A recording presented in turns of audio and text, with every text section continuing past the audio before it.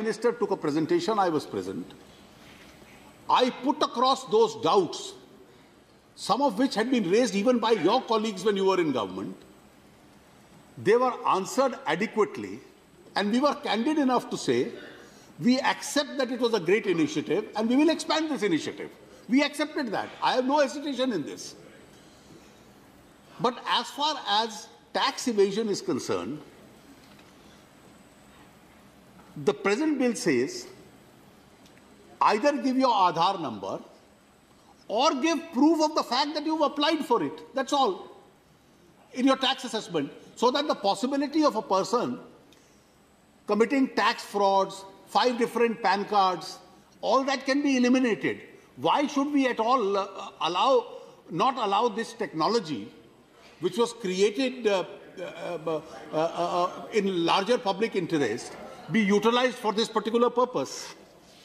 Sir, these are broadly some of the main points. As far as the taxation proposals are concerned, I may only say this. While encouraging more and more people to join the tax net, the lowest slab we have reduced to 5%. And the idea is that more people should feel attracted enough to join. He's moving on to another subject. We are grateful that you have acknowledged that Aadhaar was the initiative of the previous government and you have expanded it. The question is, one, the purpose of Aadhaar.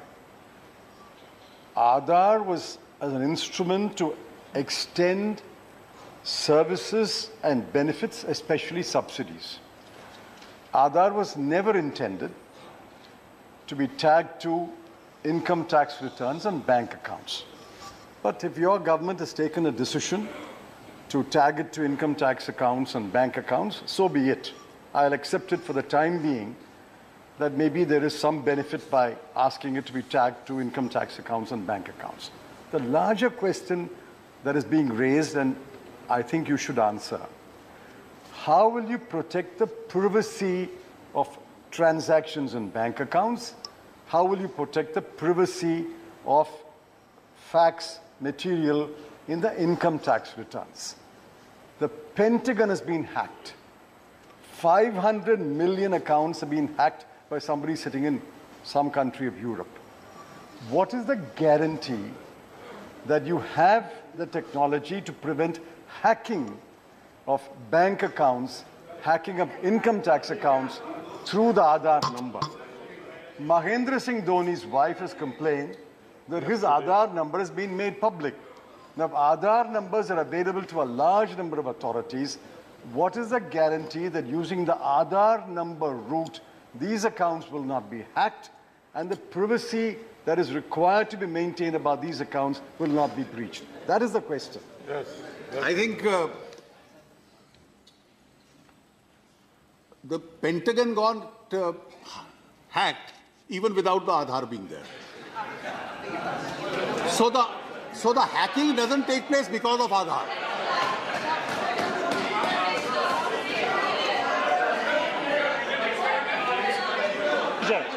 Sir, I appeal to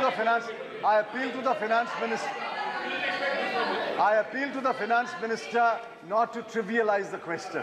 I asked him a serious question and I request him to seriously answer. Let's not caricature my question. If you don't want to answer my question, say I don't want to answer.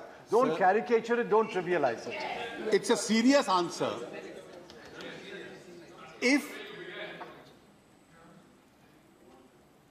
If the firewalls can be broken and hacking can take place, then hacking will take place anywhere. That is not a ground that hacking takes place only because Aadhaar is there.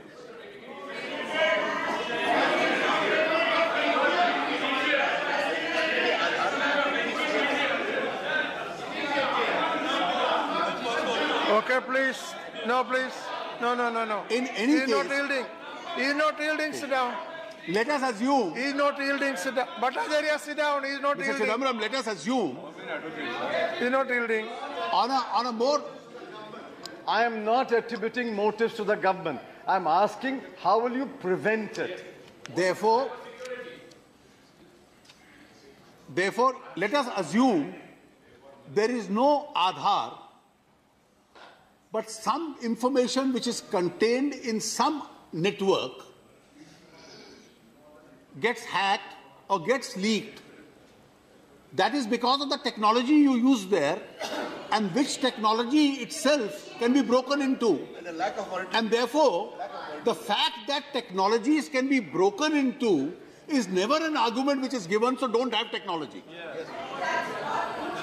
Therefore, the answer is that your firewalls that you build around such a structure must be strong enough. The Aadhaar legislation has some provisions with regard to this. But if we have the benefit of that technology, now don't compare it with what happened yesterday to Mr. Dhoni, because this was a case where some individual misconducted himself for the craze of a selfie or a photograph. He has been sacked for 10 years. And he's been blacklisted for 10 years. It was an immature behavior of the person who went there. But as far as the fact that, therefore, have a better technology, the idea, therefore, not to use technology or to go in only for obsolete method of collection of documents is not the answer. Okay, that's all. Sir, I really want to know from the Honourable Finance Minister, there have been a report of a particular college giving out the names and list of the students who won a scholarship with their Aadhaar numbers. Now, it may be completely, government may be unaware. I'm not saying government is involved in it. What I am saying is, what is the protection? What is the protection? Does anybody making public an Aadhaar number of somebody else? Is there any law to prevent? What is the protection? In the Aadhaar legislation itself. He can be prosecuted. For making it public, he can be prosecuted. These are provisions in the Aadhaar legislation itself. That's already there. That is already there. In spite of that, sir, all that I am asking, and I think that's what is the sentiment from there also. All that. Therefore, what is the protection? Sir, let me. What is the protection? What is the protection? Sir, Okay, he's not yielding. No. He's not yielding. He's not yielding. Speaking of Aadhaar with the PAN number, what I want to ask the Honourable Leader of the House is, can you take us into confidence as what is your broad estimate of the fake or duplicate PAN numbers in the 17 crore universe that you are dealing with? Because this must have been at the back of your mind to introduce Aadhaar. In fact, Aadhaar was optional in 2012. You have made it compulsory. You have made it compulsory now. So I want to know how serious is the fake or duplicate PAN card problem, which has forced you into this. It's a straight factual question I'm asking. Okay. Let me That's clarify. okay. That's okay. Now that's enough. Technology always is a learning experience. Now, if you recollect, when the UPA government brought the Aadhaar legislation,